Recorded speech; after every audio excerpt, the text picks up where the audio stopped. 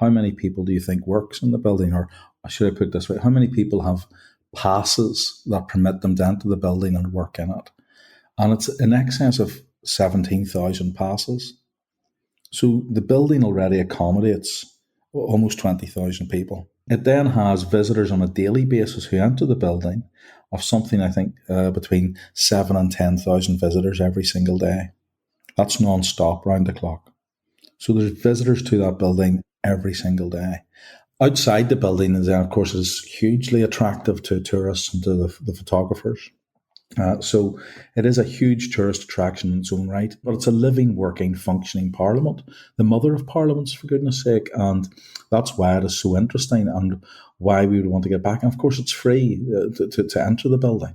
So it's not as if it's a tourism mecca that you have to go and pay to enter. It's free, and it is definitely worth seeing. And to educate our young people, there's a wonderful schools project which takes place every year. I meet school groups probably every couple of weeks from my own constituency from across the UK who visit Parliament every week and learn about democracy and the democratic process. I think that we have to capitalise that and build upon that. So it is a building which is well used by the public. And if you had to relocate out of it temporarily, and if, that was maybe your last term as a parliamentarian, would you be prepared to sacrifice that to be somewhere else in Whitehall, perhaps, or even across the Thames, in order for this building to be refurbished extensively? Well, what I would say is that this should not be about the parliamentarians. It would be very selfish to say, for someone to say, an MP say, this is going to be possibly the last time I'm here. Therefore, I must have this. We look after this building for future generations, and then we pass it on. We can't have a situation where we allow our personal desires to take over what is in the best interests of that building for future generations.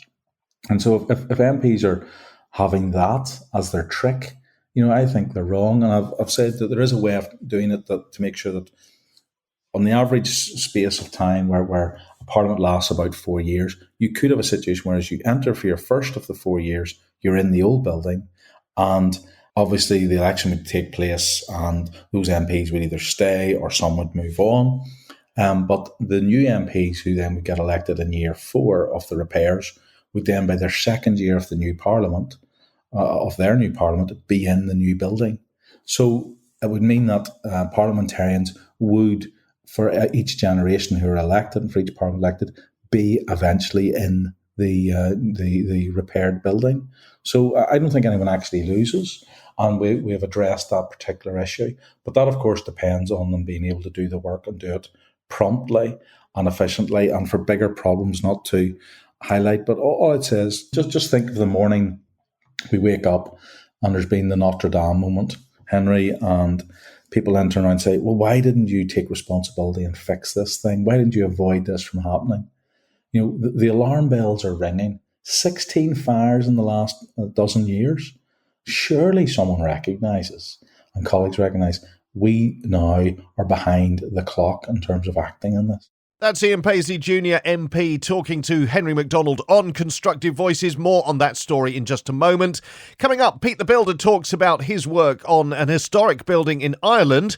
But first, Henry's second guest, architecture critic at the Observer newspaper, Rowan Moore. The House of Parliament is an enormous building. It's 1.2 million square feet, which is bigger than the tallest tower at Canary Wharf in terms of square feet. It is quite an old building, mid-19th century building. It has a basement that runs the full length of the building, which was originally part of a kind of ventilation design. The architect of the Houses of Parliament, Charles Barry, created this system of sort of vertical ducts and then this great big basement, and air was meant to flow around it to cool the place down and get rid of waste air. It never worked brilliantly in that respect, but it became a very convenient space for putting in any kind of pipes and wires that was needed for electricity, central heating, air conditioning, CCTV, the internet, all the new technologies that have arisen in the last 150 years or more. The result of that is this absolutely extraordinary kind of like something out of the movie Brazil, this sort of vast undercroft of pipes and wires and gaffer tape and hazard signs, and which has never been overhauled, which has equipment that has passed its sell-by date, or its use-by date, I should say. People don't entirely know which wire connects with what. No one is able to say with complete confidence that it will not catch fire one day, in which case this Victorian system of ducts and voids between the floors would be rather susceptible to encouraging the spread of fire around the building. Now, they have put a sprinkler system in, which helps, and I am assured that the risk to human life is not too great. It has to be passed. The relevant authorities have to approve it. Otherwise, it would not be allowed to continue as a place of work. However, no one is really saying with any confidence that the whole building would not suffer a very significant and destructive fire. And in your article, you point out last year there were fires, weren't there? Yeah, there have been a number of fires over the last few years, mostly pretty minor, but as we know from Grenfell Tower, which started with a piece of electrical equipment, or indeed the Great Fire of London or the Great Fire of Chicago, very big fires can start from very small sources. And Andrea Leadsom, the Conservative MP and former leader of the House, has raised the fear that it could be like Britain's Notre Dame. It could be a sort of very famous historic building that suffers a catastrophic fire. And this is not new news. People have been saying this for decades, really. People have been pointing out with sort of increasing levels of urgency that this risk exists. Of course, it's very hard for anyone to say, to put a percentage on the risk, how likely it is to happen, but it's definitely not an ideal situation at the moment. On top of which you have things like asbestos. Well, I found this incredible. When you wrote that in your article, I was gobsmacked. How much of an asbestos risk is there? Well, there is a lot of asbestos down there following as a result of post-war reconstruction because the building was damaged by bombing, and asbestos was a commonly used building material in the decades after the war. No one knows how extensive the asbestos is. The thing about asbestos is it usually doesn't do anyone any harm until it's disturbed, until you start, cutting it or disturbing it in some way. But that will be necessary, and it is sometimes necessary to do that as a part of repairs and maintenance and so on. And there was an asbestos leak, I think last year, with over 100 people affected by it, which means both building workers and people who work in the Palace of Westminster, which I believe means they will have to have health checks for the rest of their life to make sure, they're not seriously affected by the asbestos. So the significance of the asbestos is also that it adds to the complication of doing anything about this situation. And there's also been sewage leaks, failures of the sewage system. Meg Hillier, who was one of the MPs I talked to, said in parts of the building there's this sort of permanently stinky smell, as she put it, as a result of poorly functioning sewage arrangements.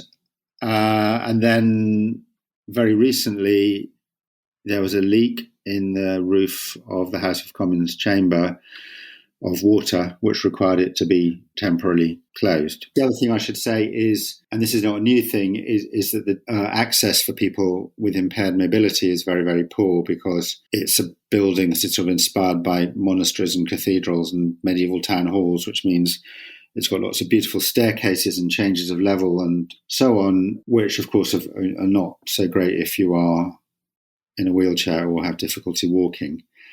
That problem's been there since it was built, but with kind of modern standards of access, that is also something that needs to be put right. What can be done about it? Well, firstly, it is this world famous monument, a very beautiful building, most people would agree, with a quite extraordinary amount of decorative detail, carving, paintings, carved wood, special wallpaper. I mean, almost every detail is a kind of crafted one-off. And so therefore, any kind of repair and restoration has to respect all of that. And then if you compound the complexity of the service arrangements that I just described with the need to respect and restore the historic fabric, those have a multiplying effect on each other, which means that the cost for repairing the building is extraordinarily high. And so what has actually happened is there's been a very, very slow process going back, certainly to early in the last decade and really before that, of very slowly inching towards a recognition that this work has to be done. But because it's very politically sensitive, because no politician wants to be the one who tells the public that a very large amount of taxpayers' money has to be spent on MPs' place of work, there's really a lack of leadership of anyone standing up and saying, this has to be done and this money has to be spent. Can you quantify the sort of figures we're talking about? So, the current estimates for the costs are in the range of 7 billion to 13 billion. Good God. These are still very, very approximate because there still needs to be a lot more work to be done of surveying and assessing the fabric and working out what actually has to be done. But those are the current estimates, which is a really enormous amount of money, given that the recently completed Elizabeth line in London cost around 19 billion. Of course, the Elizabeth line figure is in the past and the House of Parliament figure is in the future, so inflation comes into this. But even so, for the restoration of a single historic building to be in the same ballpark as a massive piece of transport infrastructure with 200 million passengers a year is, very hard to take on board and to comprehend. And of course, you would hope that those figures will be extremely rigorously scrutinised. But at the moment, there's no particular reason to think that it can be done for less than that. The other very important factor is that the recommendation of the experts is that the MPs and the Lords move out of the building while construction works take place, because obviously it's much easier to do that if they're not there. So there are various proposals for them to move to some temporary accommodation elsewhere, and the estimate for how long they will be out has risen from 6 years to, I think it could be as much as 20 years, but certainly between 10 and 20 years. And that is very traumatic for MPs because, a very big attraction to them of being an MP in the first place is the opportunity to work in this incredible historic place where great politicians have been before them.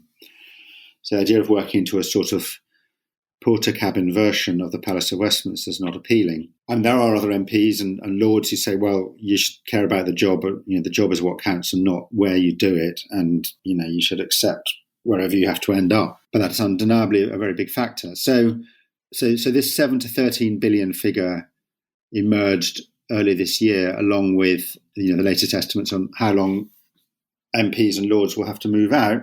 And that proved unacceptable to certain politicians, and as a result of that, they wound up part of the structure that was supposed to deliver the whole project. So in 2018, it was agreed there would be a structure similar to the one that delivered the London Olympics, where you have a delivery agency, and you also have a sponsor body that kind of acts as a client on the part of Parliament. And the sponsor body was meant to be a kind of arm's length organisation precisely so that it wouldn't get tangled up with internal politics of the Palace of Westminster. It was the sponsor body that delivered the bad news about the budget and the decant time.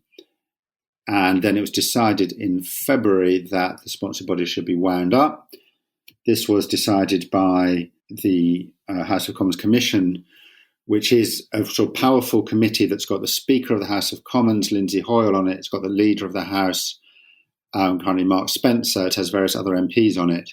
But it's not very accountable and public in what it does. But anyway, they had the power to announced the winding up of this agency, of the sponsor body, and there's a new proposal, which is that the work is taken more in-house and that there is essentially a parliamentary group that takes on the role of the sponsor body. The trouble with that is twofold. One is just the loss of continuity from, you set up a body to do a job, and then if you wind it up, that creates problems of handover and continuity. It delays the process still more, and it also raises the risk of political interference that the sponsor body was precisely created to avoid. So this doesn't really look like a very positive step. It's going to be kind of piecemeal reconstruction in little bits here. Well, so Mark Spence, the leader of the House, told me that it's like, he made the comparison of a young couple buying an old sort of falling down historic house, and they don't have all the money to pay for the work immediately. So they do the work very gradually over years and decades when they have the money to do it. The only problem with that is that obviously the longer it takes to do the work, the greater the risk. You simply multiply the sort of risk per year by the number of years it takes. And also all the work done on the project so far says the more slowly you do it, the more it costs. I mean, there's another aspect to this, which is the House of Parliament do have an in-house maintenance team. Possibly a good thing about this new arrangement could be that the sort of ongoing maintenance that happens anyway could be more meshed with the grand capital project. That's an advantage that was sort of presented to me, and I haven't really sort of looked at that in enough depth to know whether that's true or not, but one can see that is a potential advantage about the new arrangement. And how many workers will it kind of attract, need to do this? I mean, have they estimated this kind of workforce that will be employed to do this bit by bit kind of reconstruction? Ooh, there's a few issues there. I mean, one is that if you have all these interruptions and loss of continuity and delays, then in terms of the kind of expert consultants and contractors who you need to deliver a project like this, they're less likely to hang around waiting for something to happen. So it becomes harder to keep those people on board. In terms of the people doing the actual construction work, I mean, one of the challenges is how do you actually find enough people with the relevant skills in stonework and encaustic tiles and all the other kinds of detail to actually do the work. So the project would probably entail a pretty major training program to build up skills in those areas. That doesn't fall under the category of mismanagement. That is just part of the challenge of doing the job, basically. I mean, it sounds very much internally as much as part of the exterior, but internally as chaotic, shambolic as British politics seems to be at the moment. It's kind of almost like a symbol of the kind of way British politics. It's not just at the moment. There is an academic at the University of Sheffield, Alexandra Meakin, who's done a thesis on this whole renewal program. She points out that the sort of fundamental problem behind all of this is a kind of structural, not in terms of building construction, but in terms of organizational structure, which is that there is not really a clear hierarchy of decision-making within the Palace of Westminster for the care and maintenance and protection and upkeep of the building.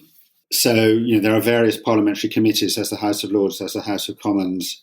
So there's just not the kind of management structure you would have in a well-run business for dealing with these kind of issues, on top of which, because it is a political place, decisions are very highly politicised. So Andrea Leadsom claimed to me politicians from other parties than the Conservatives were sort of deliberately unhelpful because they knew that would make the government look bad if they sort of failed to deal with the problem. I have no idea how much truth there is in those allegations, but that's the kind of issue that arises when you have politicians trying to make decisions about a building.